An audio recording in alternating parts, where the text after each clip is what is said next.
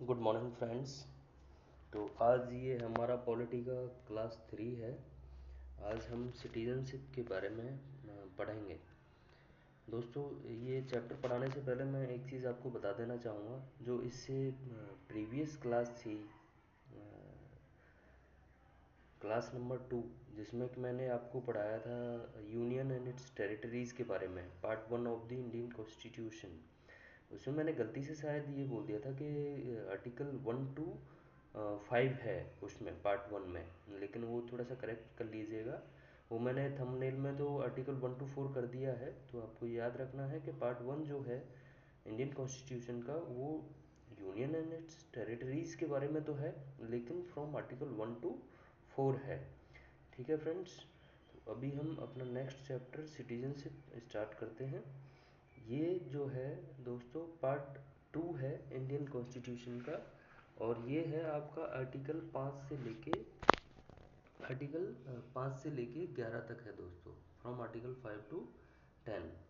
अभी इसमें देखो दोस्तों, हम कुछ चीज़ें देख लेते हैं। जो हमारे सिटीजन्स होते हैं, सिटीजन्स ऑफ इंडिया जो होते हैं, और जो फॉरेनर्स रहते हैं, उनके लिए भी कुछ, जैसे हमारी जो सिटीजन्स हैं उनके लिए कुछ राइट्स एक्सक्लूसिव रहते हैं, और जो फॉरेनर्स रहते हैं वो राइट्स उनको नहीं मिलते हैं, only for citizens of India को मिलते हैं। जैसे हमारे संविधान का आप देखिए आर्टिकल 15 है, वो केवल और केवल हमारे सिटीजन्स को ही एप्लीकेबल है, फॉरेनर्स को वो एप्लीकेबल नहीं है। फिर आर्टिकल 16 है, वो only for citizen of India को ही एप्लीकेबल है। Right to freedom of speech and expression, ये भी जो राइट है वो हमारे सिटीजन ऑफ इंडिया को ही एप्लीकेबल है, फॉरेनर्स को नहीं है। कल की डेट में अगर कोई फॉरेनर आके यहाँ पे फ्रीली कोई स्पीच देता है जिससे हमारी कोई सिक्योरिटी का ब्रीच होता है या पीस को कुछ हार्म होता है देश की को, तो वो ऐसा नहीं कर सकता है। तो ये जो राइट है, right to freedom of speech and expression, ये ओनली फॉर इंडियन सिटीजन्स को ही एप्लीकेबल है। फिर कुछ कल्चरल एंड एजुकेशनल राइट्स हैं, वो भी अपने सिटीजन्स को ही एप्लीकेबल हैं, लागू हैं। Right to vote in election in legislative assembly and legislative council and legislative assembly. ठीक है दोस्तों, ये भी जो वोटिंग राइट है वो भी हमारे सिटीजन्स को ही एप्लीकेबल है, कोई फॉरेनर्स यहाँ पे आके वोटिंग नहीं करेगा। Right to contest for membership of parliament and state legislature, जो पार्लियामेंट और स्टेट लेजिस्लेचर में जो चुनाव होते हैं उसके लिए केवल इंडियन सिटीजन्स ही एप्लीकेबल है, इंडियन सिटीजन्स ही उसका कॉन्टेक्स्ट कर सकते हैं मेंबरशिप के लिए, पार्लियामेंट में या फिर स्टेट लेजिस्लेचर में। To hold certain public offices, जैसे प्रेसिडेंट और वाइस प्रेसिडेंट। दोस्तों, प्रेसिडेंट और वाइस प्रेसिडेंट का जो ऑफिस है वो एकमात्र ऐसे, दोनों ही ऐसे ऑफिस हैं जो केवल और केवल इंडियन सिटीजन्स को ही लागू हैं, वो फॉरेनर्स को लागू नहीं हैं। For president in India both citizen by birth and naturalisation. देखो दोस्तों, जो प्रेसिडेंट ऑफ इंडिया का जो इलेक्शन होता है इंडिया में, उसमें दो ही तरह की सिटीजन्स ही एप्लीकेबल हैं, जो कि वो कॉन्टेस्ट कर सकते हैं प्रेसिडेंट मेंबरशिप के लिए। तो वो जो सिटीजन है वो या तो बाई बर्थ होने चाहिए सिटीजन ऑफ इंडिया, या फिर बाई नेचुरलाइजेशन होने चाहिए। ये दो ही प्रोसेस के थ्रू अगर कोई सिटीजन है वही प्रेसिडेंट का चुनाव लड़ सकता है। लेकिन यूएसए में क्या है दोस्तों, यूएसए में ओनली बाई बर्थ ही, जो वहाँ का बाई बर्थ है सिटीजन यूएसए का, वही प्रेसिडेंट का चुनाव लड़ सकता है। ठीक है दोस्तों, अभी देखो ये जो दो पार्ट बने हुए हैं, right exclusive for citizen of India, ये सिटीजन्स के लिए हैं एक्सक्लूसिवली। बाकी ये राइट्स के अलावा जितने भी राइट्स आते हैं हमारे फंडामेंटल राइट्स, वो सारे हमारे इसको एलियंस को भी एप्लीकेबल रहेंगे। अदर देन दिस, इनको छोड़ के, ये only for citizen of India ही को ही एप्लीकेबल हैं। बाकी ये सारे राइट्स को छोड़ के, इस पार्ट में जो दिए हैं उनको छोड़ के, बाकी जो भी राइट्स हैं फंडामेंटल राइट्स, वो सभी एलियंस या फिर फॉरेनर्स को भी एप्लीकेबल हैं। ठीक है दोस्तों, अभी आगे देख लेते हैं हम आर्टिकल 5 क्या बोलता है।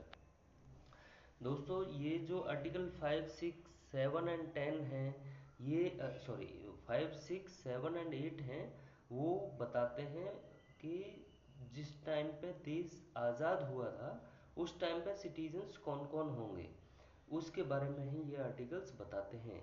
बाकी हमारा संविधान का जो सिटीजनशिप वाले पार्ट में ही एक आर्टिकल 11 है जिसमें ये क्लियर बताया गया है कि इंडियन जो पार्लियामेंट है वो समय के हिसाब से आगे सिटीजनशिप एक्ट को चेंज करती रहेगी और इसमें अमेंड करती रहेगी। तो हमारे संविधान में तो सिटीजनशिप के बारे में उन्हीं लोगों के बारे में बताया है कि उस टाइम पे जो आज़ाद जब देश हुआ था, संविधान जब लागू हुआ था, उस टाइम पे कौन कौन सिटीजन्स होंगे। ठीक है दोस्तों, तो हम एक एक करके वो आर्टिकल्स को देख लेते हैं। जैसे आर्टिकल 5 है। आर्टिकल 5 जो बताता है वो ये बताता है कि कोई भी शुड बॉर्न इन इंडिया, जो भी इंडिया में बॉर्न हुआ है, either of his parent in India, born in India, either of his parent मतलब मदर या फादर में से कोई भी अगर इंडिया में बॉर्न हुआ है। फिर नेक्स्ट देख लेते हैं दोस्तों, resident for resident for 5 years, resident for 5 years immediately before commencement of constitution. जो भी कॉन्स्टिट्यूशन जब कमेंस हुआ था, कमेंस कब हुआ था दोस्तों? 26 नवंबर 26 नवंबर 1950, सॉरी सॉरी सॉरी 26, एक मिनट, 26 जनवरी 1950 दोस्तों। ठीक है, इस डेट को संविधान कमेंस हुआ था।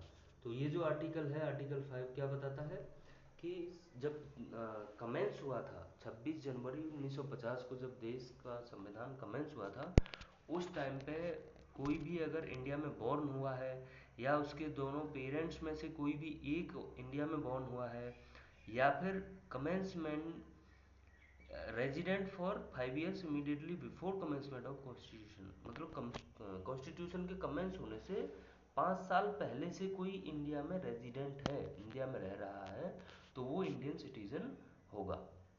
आर्टिकल 5 ये बताता है। अभी देखते हैं दोस्तों आर्टिकल 6 क्या बोलता है। Migrated from Pakistan. अभी आपको पता है जब संविधान जब हमारा देश आज़ाद हुआ था तो दो पार्ट में डिवाइड हुआ था, एक पाकिस्तान और एक इंडिया।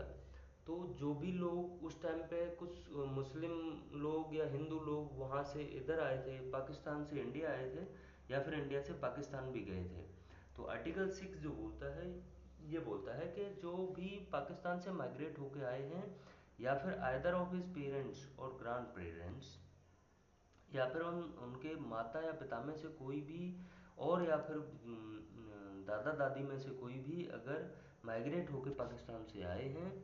और दोस्तों ये डेट भी इन्होंने बताई थी, इस आर्टिकल में बताई गई है कि बिफोर 19 जुलाई 1948, 19 जुलाई 1948 से पहले resident in India since then, 19 जुलाई 1948 से पहले रेजिडेंट होने चाहिए इंडिया के, तभी से तब वो इस आर्टिकल के तहत इंडियन सिटीजन होंगे।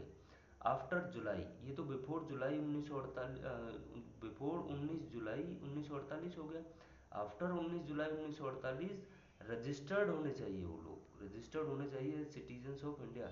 अभी रजिस्ट्रेशन के थ्रू इंडियन सिटीजनशिप एक्वायर कैसे होती है वो हम आगे बताएंगे, आगे देखेंगे दोस्तों। अभी आ जाओ आर्टिकल 7। आर्टिकल 7 क्या बोलता है। देखो दोस्तों क्या हुआ था उस टाइम पे जब देश आज़ाद हो रहा था, तो उस टाइम पे कुछ लोग पाकिस्तान चले गए थे, लेकिन पाकिस्तान में जाने के बाद भी वो वापस भी माइग्रेट होकर इंडिया आ गए थे।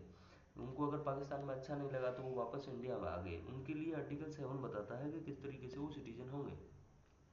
वो माइग्रेटेड टू पाक, जो पाकिस्तान में माइग्रेट होकर गए फ्रॉम इंडिया आफ्टर मार्च 1947, 19 मार्च 1947 के बाद जो पाकिस्तान में माइग्रेट होकर गए, लेकिन रिटर्न टू इंडिया, इंडिया में रिटर्न होकर आ गए, and resident in India for 6 months prior to the application. उन्होंने एप्लीकेशन डाला सिटीजनशिप के लिए, और कम से कम 6 महीने तक उन्होंने स्टे किया होना चाहिए इंडिया में, तभी वो आर्टिकल 7 के तहत इंडियन सिटीजनशिप एक्वायर कर सकते थे।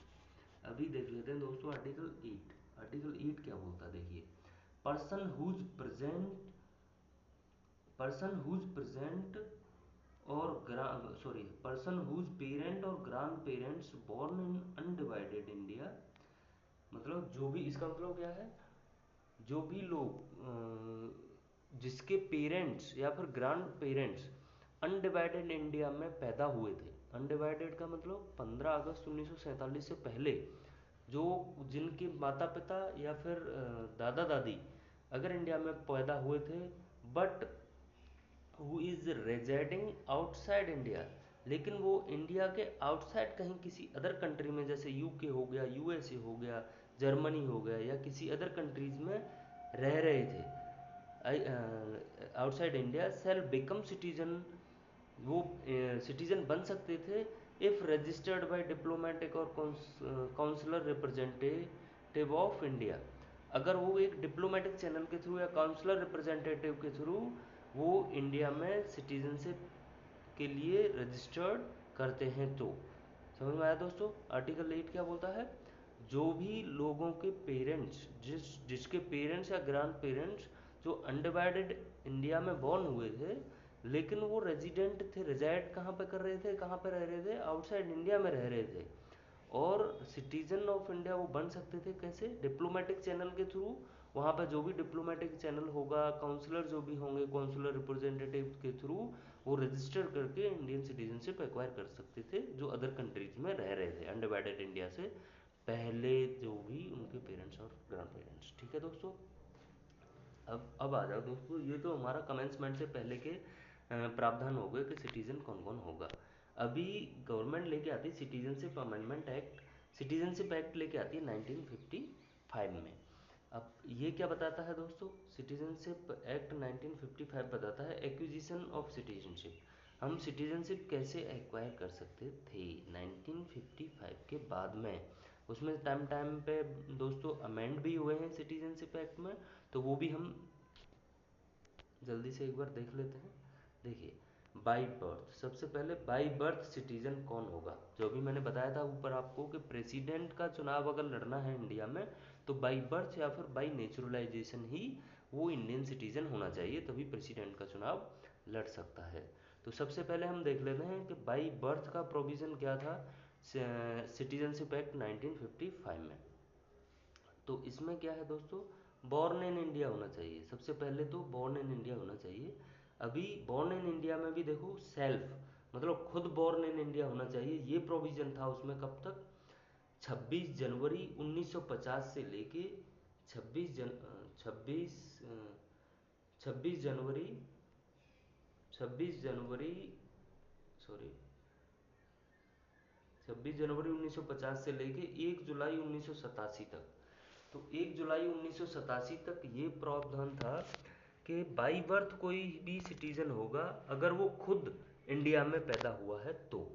ठीक है दोस्तों, उसके बाद आ जाओ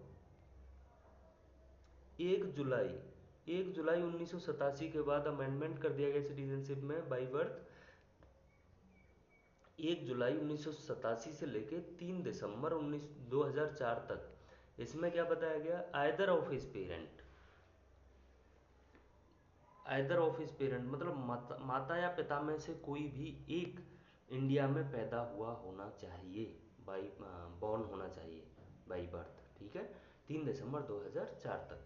उसके बाद दोस्तों आ गया 3 दिसंबर 2004 से लेके 3 दिसंबर 2004 से लेके अभी तक ये कंटिन्यू है। बाई बर्थ जो भी इंडियन सिटीजन होगा उसके लिए both mother and father born in India, mother और फादर दोनों ही बॉर्न इन इंडिया होने चाहिए 3 दिसंबर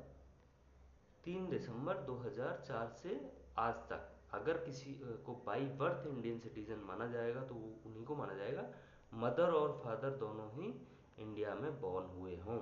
ऐसा नहीं है अगर कोई जैसे मान के चलो इंडिया का किसी की मदर इंडिया बॉर्न है और किसी का फादर अगर यूके का बॉर्न है तो उसको सिटीजनशिप तो सिटीजन तो इंडिया का मान लिया जाएगा उसको, लेकिन बाई बर्थ नहीं माना जाएगा, क्योंकि उसमें जो फादर है वो क्या है, फादर की जो बर्थ है वो यूके में हुई है, तो वो बाई बर्थ सिटीजन नहीं माना जाएगा। कब से? 3 दिसंबर 2004 के बाद में। लेकिन अगर आप 3 दिसंबर 2004 से पहले देखोगे, 1 जुलाई 1987 से, तो दोनों में से मदर फादर में से एक का जन्म अगर हुआ है इंडिया में, तो वो बाई बर्थ मान लिया जाएगा इंडियन सिटीजन, बाई बर्थ। ठीक है दोस्तों, तो बाई बर्थ समझ में आ गया आपको। अभी हम देख लेते हैं दोस्तों कि बाई डिसेंट, बाई डिसेंट जो है इंडियन सिटीजन कौन होगा। बाई डिसेंट देखो, जैसे my son born outside India but I am citizen of India. मेरा बच्चा इंडिया के आउटसाइड में पैदा हुआ है लेकिन मैं इंडियन सिटीजन हूँ। तो इस केसेस में कुछ प्रावधान है। बाई डिसेंट, बाई डिसेंट ही बंदा माना जाएगा इंडियन सिटीजन। तो अभी इसके भी प्रावधान देख लेते हैं एक बार। 26 जनवरी 1950 जो कमेंसमेंट हुआ था संविधान का, उसमें अभी देखो, ये अगर फादर बोल रहा है कि माई सन, ये फादर बोल रहा है कि माई सन बोर्न आउटसाइड इंडिया, मेरा बेटा आउटसाइड इंडिया पैदा हुआ है लेकिन मैं सिटीजन हूँ इंडिया का, तो बाई डिसेंट मान लिया जाएगा। ये कब तक था? 26 जनवरी 1950 से लेके 10 दिसंबर 1992 तक था। अगर पिताजी का बॉर्न, पिताजी जो है इंडिया में बॉर्न है लेकिन उनका बेटा अगर बॉर्न हुआ है, बेटा या बेटी कहीं अदर कंट्री में बॉर्न हुए हैं, तो बाई डिसेंट मान लिया जाता था अगर पिताजी ही बॉर्न हुए हैं तो। 10 दिसंबर 1992 तक। उसके बाद दोस्तों आ जाओ 10 दिसंबर 1992 से लेके 10 दिसंबर 1992 से लेके 3 दिसंबर 2004 तक। Either of his parent, either of his parent मतलब मदर या फादर में से कोई भी एक इंडिया में बॉर्न होना चाहिए, और उनका बेटा या बेटी कहीं अदर कंट्री में बॉर्न हुए हैं तो भी दोनों में से तो भी उनके बेटे को बाई डिसेंट, बाई बेटे या बेटी को बाई डिसेंट सिटीजनशिप मान लिया जाएगा। ये 3 दिसंबर 2004 तक ये प्रावधान था। अभी आफ्टर 3 दिसंबर 2004 इसमें क्या हुआ है फिर? shall not be citizen of India by descent unless registered within 1 year of date of birth। अब इसमें एक प्रावधान और जोड़ दिया गया दोस्तों 3 दिसंबर 2004 के बाद।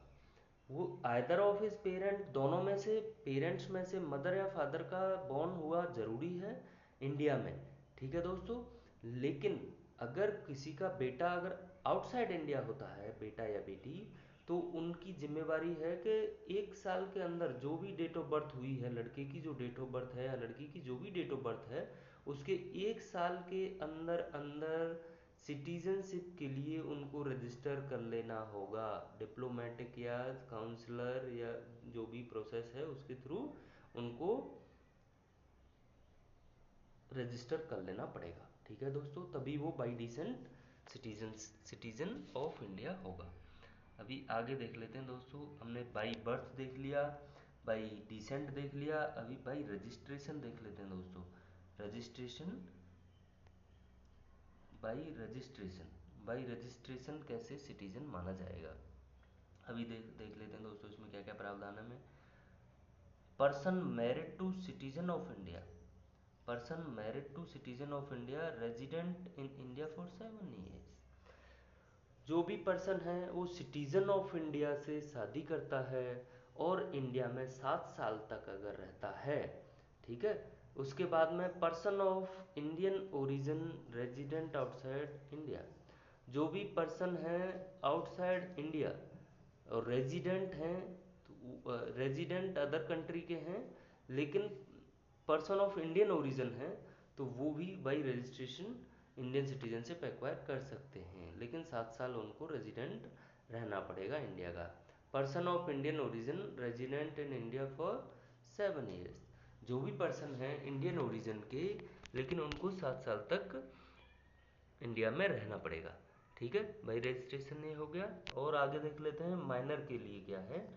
Minor children of India person from Indian origin. जो भी माइनर हैं, माइनर चिल्ड्रन मतलब 18 साल से कम उम्र के जो बच्चे हैं, वो भी इंडियन सिटीजनशिप रजिस्ट्रेशन के थ्रू एक्वायर कर सकते हैं। उनके लिए क्या है, a person of full age whose parents are registered as citizen of India. Person of full age, full age का मतलब क्या है दोस्तों, 18 साल से उम्र जिनकी ऊपर हो गई है और उनके जो पेरेंट्स हैं वो रजिस्टर्ड किए हुए हैं ऑलरेडी रजिस्ट्रेशन के थ्रू सिटीजनशिप ऑफ इंडिया के लिए, ठीक है। A person of full age who has been registered as an overseas citizen of India card holder for 5 years and resident in India for 12 months, ठीक है दोस्तों।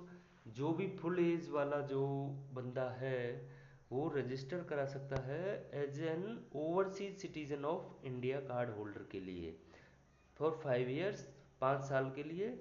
And resident रहना पड़ेगा उसको कम से कम 1 साल 12 मंथ, तभी वो by registration Indian citizenship acquire कर सकता है। अब दोस्तों देखो ये प्रेसिडेंट वाला दूसरा ऑप्शन आ गया जो by birth and by naturalisation का। अब बाई नेचुरलाइजेशन इंडियन सिटीजनशिप कैसे एक्वायर की जा सकती है, देखिए, ही should not be from that country where Indian is banned to get citizenship of that country, ठीक है दोस्तों, समझ में आया। कोई भी बंदा अदर ऐसे कंट्री का नहीं होना चाहिए जिस कंट्री में के इंडियन को वहाँ की सिटीजनशिप देना बैंड है, ठीक है, उस कंट्री का नहीं होना चाहिए, ठीक है। He has of a good character, उसका जो चरित्र है जो कैरेक्टर है वो बहुत अच्छा होना चाहिए, ठीक है दोस्तों। उसके बाद में if he is citizen of any country, अगर वो किसी अदर कंट्री का सिटीजन है, he undertake to renounce the citizenship of that country, ठीक है, उसको उस कंट्री की सिटीजनशिप रिनाउंस करनी पड़ेगी, मतलब उसको छोड़नी पड़ेगी वहाँ की सिटीजनशिप, तभी वो इंडियन सिटीजनशिप एक्वायर कर सकता है by naturalisation.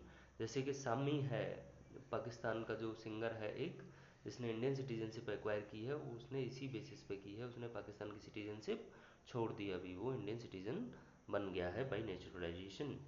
Specified knowledge of language in 8th schedule, जो हमारा 8th schedule of Indian constitution है उसमें लैंग्वेजेस के बारे में बताया गया है। तो जो लैंग्वेजेस हैं उसको उनमें से किसी भी लैंग्वेज की नॉलेज होनी चाहिए, ठीक है दोस्तों।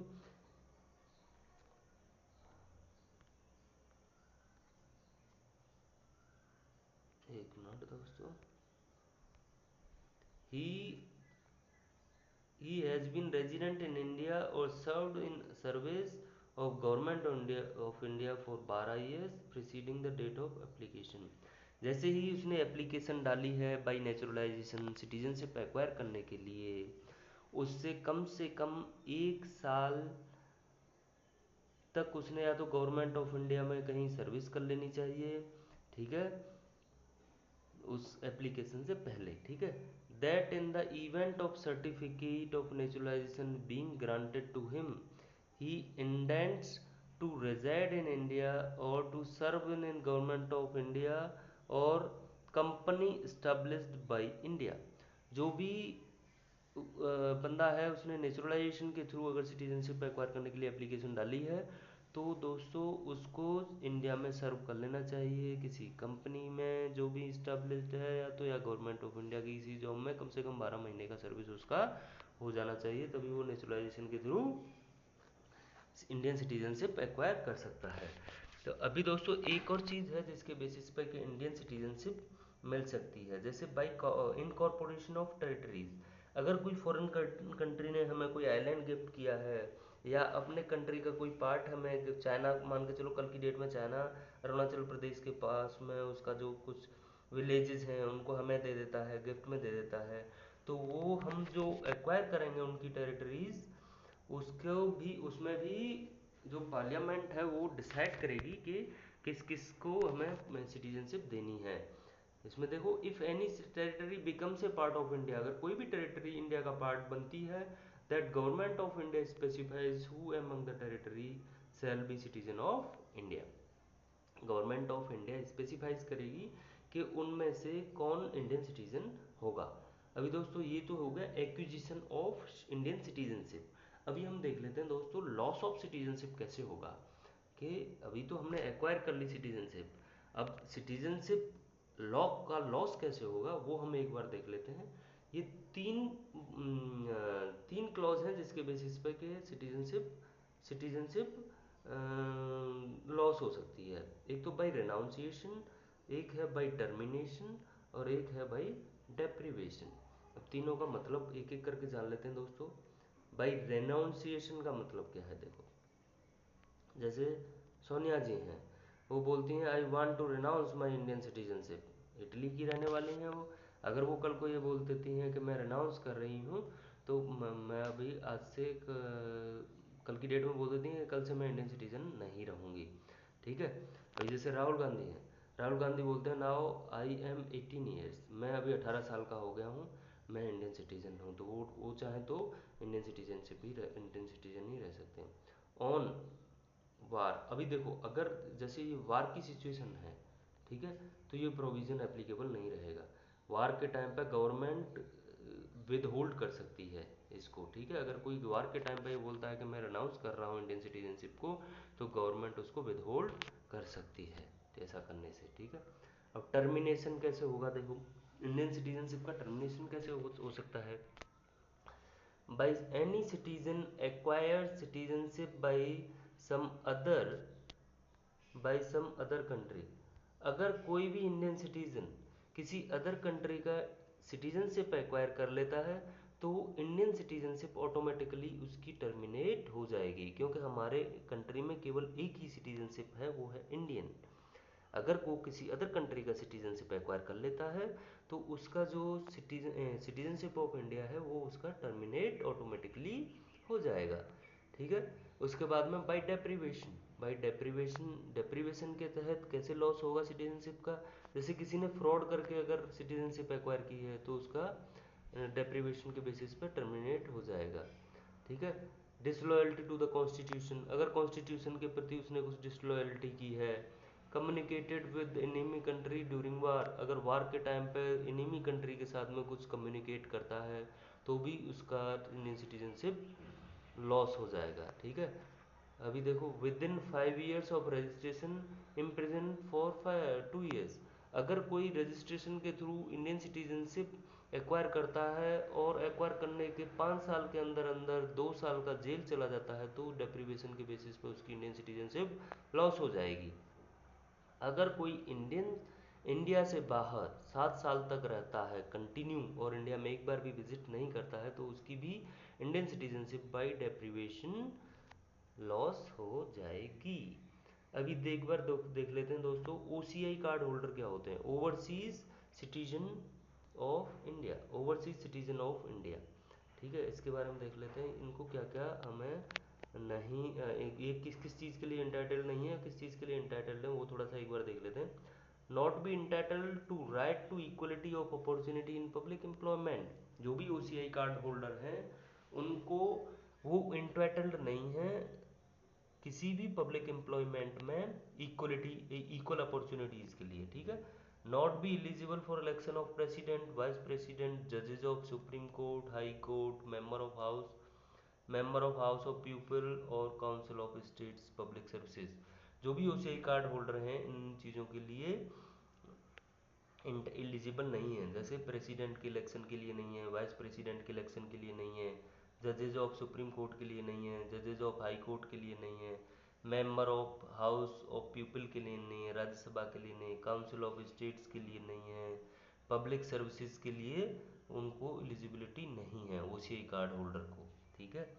और क्या नहीं है, not be entitled for registration as voter, वो वोटर के लिए भी इंटाइटल्ड नहीं है, वोटिंग भी इंडिया में नहीं कर सकते हैं। अभी देख लेते हैं दोस्तों आर्टिकल 9 क्या है, इंडियन कॉन्स्टिट्यूशन का article 9। No person shall be a citizen of India by virtue of article 5, 6 और 8 if he has voluntarily acquired the citizenship of foreign country. कोई भी पर्सन आर्टिकल 5, 6 और 8 के तहत जो इंडियन सिटीजनशिप लिया हुआ है, वो अगर वॉलेंटरली किसी अदर कंट्री का सिटीजनशिप एक्वायर कर लेता है, तो वो इंडियन सिटीजन नहीं होगा, आर्टिकल 9 ये बताता है, ठीक है दोस्तों। अभी आर्टिकल 10 देख लेते हैं। Article 10, every person who is और is deemed to be citizen of India under any of the foregoing provisions of any law that may be made by parliament continue to be such citizen. जो भी जो भी citizen of India है और किसी भी law के तहत अगर सिटीजनशिप उसने ली है, तो वो पार्लियामेंट जो भी लॉ कंट्री में पास करती है उसको अबाइड करने होंगे, उसको मानने होंगे, तभी वो इंडियन सिटीजनशिप कहलाएगा, इंडियन सिटीजनशिप उसकी कंटिन्यू रहेगी। अभी देख लेते हैं दोस्तों article number 11, parliament to regulate the right of citizenship by law. Parliament जो है राइट ऑफ सिटीजनशिप को अमेंड कर सकती है बाय लॉ के थ्रू। कोई भी लॉ लाके उसको अमेंड कर सकती है कि कौन कौन सिटीजन रहेंगे, कौन कौन नहीं रहेंगे।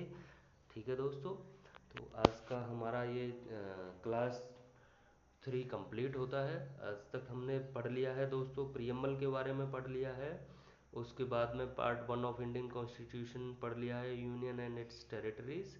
फिर क्लास 3 में आज हमने इंडियन सिटीजनशिप के बारे में पढ़ लिया है दोस्तों। तो 3 क्लासेस हमारी कंप्लीट हो चुकी हैं। और अगर दोस्तों आप चाहते हैं कि इसी तरीके से मैं क्विक रिवीजन टाइप की क्लासेस बनाता रहूं हर सब्जेक्ट की, अगर पॉलिटी के अलावा भी आप चाहते हैं किसी और सब्जेक्ट की, तो वो भी मैं बना दूंगा आपके लिए दोस्तों। ये जस्ट क्विक रिवीजन टाइप हैं, इससे आपको जो भी पॉलिटी है वो थोड़ा क्विक रिवीजन हो जाएगा आपका, और ये हर एग्ज़ाम के लिए आपको मदद करने वाली हैं ये क्लासेस दोस्तों। दोस्तों आपको क्लासेस अगर अच्छी लग रही हैं तो वीडियो को लाइक करें और चैनल को सब्सक्राइब करें दोस्तों, और अपने दोस्तों में भी शेयर करें। थैंक यू वेरी मच दोस्तों, हैव अ नाइस डे।